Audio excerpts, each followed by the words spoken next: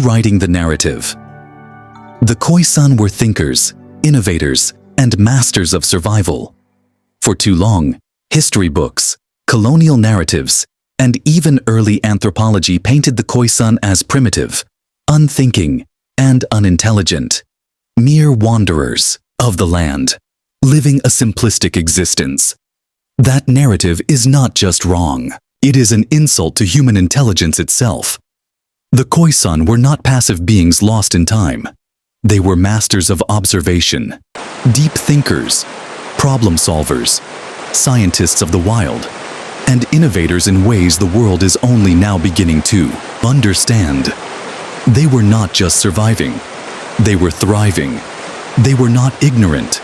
They were informed in ways modern civilization is still catching up to. They were not behind. They were ahead, way ahead. The fallacy of primitive. Thinking colonial explorers and early anthropologists often dismissed indigenous knowledge as primitive, assuming that because Khoisan societies did not build large cities, they were behind in intelligence. This flawed thinking completely ignores the fundamental truth of intelligence: the ability to solve problems and adapt to one's environment. Intelligence is not about buildings and machines. It is about survival, ingenuity, and mastery of one's surroundings. By that measure, the Khoisan were among the greatest minds humanity has ever produced. Their knowledge was not written in books, but in landscapes, in tracking skills, in the use of plants, in their ability to think ahead and plan for survival. Khoisan as scientists of the wild. Every single action the Khoisan took was based on deep thinking, trial and error experimentation, and problem solving.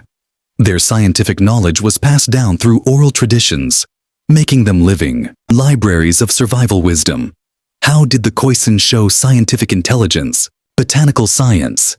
They identified hundreds of plants for food, medicine, and poison, knowing which healed, which killed, and which strengthened.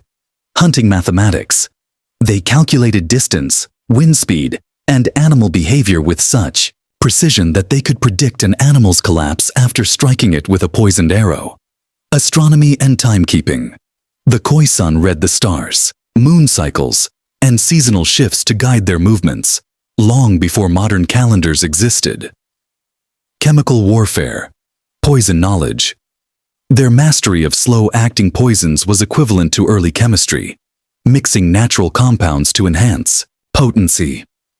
Water engineering. They knew how to store water inside ostrich eggshells, burying them underground to create natural water reserves, the original survival water tank. Animal psychology. They studied how animals think, move, and behave, allowing them to track prey over vast distances. This was not guesswork. This was science. This was intelligence at its highest level. The fallacy of measuring intelligence by city building. Many assume that intelligence is measured by how large a civilization's structures were. This is a false metric, because intelligence is about adapting to the best survival strategy. The Khoisan did not need to build cities, because their survival method did not require it. They understood that living light, moving with the land, and leaving no trace was the most efficient way to live sustainably. While other civilizations polluted, overpopulated, and collapsed due to overuse of resources, the Khoisan thrived for tens of thousands of years. If intelligence is about long-term survival, the Khoisan were among the greatest strategists of all time. The language of the Khoisan. Evidence of cognitive complexity. The Khoisan languages contain the most complex phonetic structures in the world, including click sounds, unique among human languages, over 100 different speech sounds, compared to 44 in English, a deep structure of meaning, requiring precise control of tone and breath. This level of linguistic complexity indicates a highly advanced form of communication, far beyond what early anthropologists assumed of them. A simple people do not develop the world's most complex language. They were linguistic geniuses, encoding knowledge in oral traditions that lasted for millennia. Intelligence is not what we think it is. The world has been brainwashed into thinking intelligence means industrialization. But true intelligence is about survival, problem solving, and making the best use of available resources. A Khoisan hunter could track a single injured antelope across 40 miles of barren desert, reading footprints, broken twigs, and wind patterns, while a modern human with GPS would get lost in hours. A Khoisan healer could cure infections, numb pain, and regulate mood with plant compounds, while modern humans rely on lab-produced drugs with side effects. A Khoisan elder could tell the exact time of the year by how the stars shifted at night, while modern society relies on artificial calendars.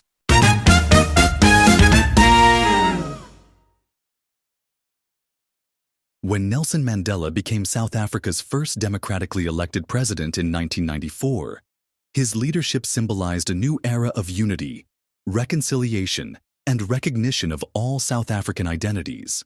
However, many people overlook an important historical and cultural connection: the deep Khoisan influence on the Xhosa people, including their language, customs, and even shared ancestry. By recognizing this link, we see that Mandela himself carried elements of Khoisan heritage, reinforcing the idea that the Khoisan are not only part of South Africa's past, but are woven into its living history. The Khoisan influence on the Xhosa people. The Xhosa people, one of South Africa's largest ethnic groups, are part of the Nguni migration that arrived in southern Africa around 1,500 years ago. However, before the Nguni arrived, the Khoisan had already lived in South Africa for tens of thousands of years. When Nguni-speaking groups, including the Xhosa, migrated into the Eastern Cape, they did not destroy or replace Khoisan communities. Instead, they intermarried with the Khoisan, blending their lineages, adopted Khoisan words and click sounds into their language, absorbed elements of Khoisan traditions, particularly in spirituality and healing practices. This fusion of cultures is why Xhosa, isiXhosa, has many linguistic and cultural elements that trace back to the Khoisan. The Khoisan legacy in the Xhosa language, isiXhosa. One of the most striking examples of Khoisan influence is in the Xhosa language itself, which features click sounds borrowed from Khoisan languages. Three main click sounds in Xhosa from Khoisan languages: C-click, dental click, sounds like tut-tut, e.g., kamagu, meaning respect, gratitude. X-click, lateral click, similar to a click made when calling a horse. Q-click, alveolar click, a pop sound made with the tongue on the roof of the mouth.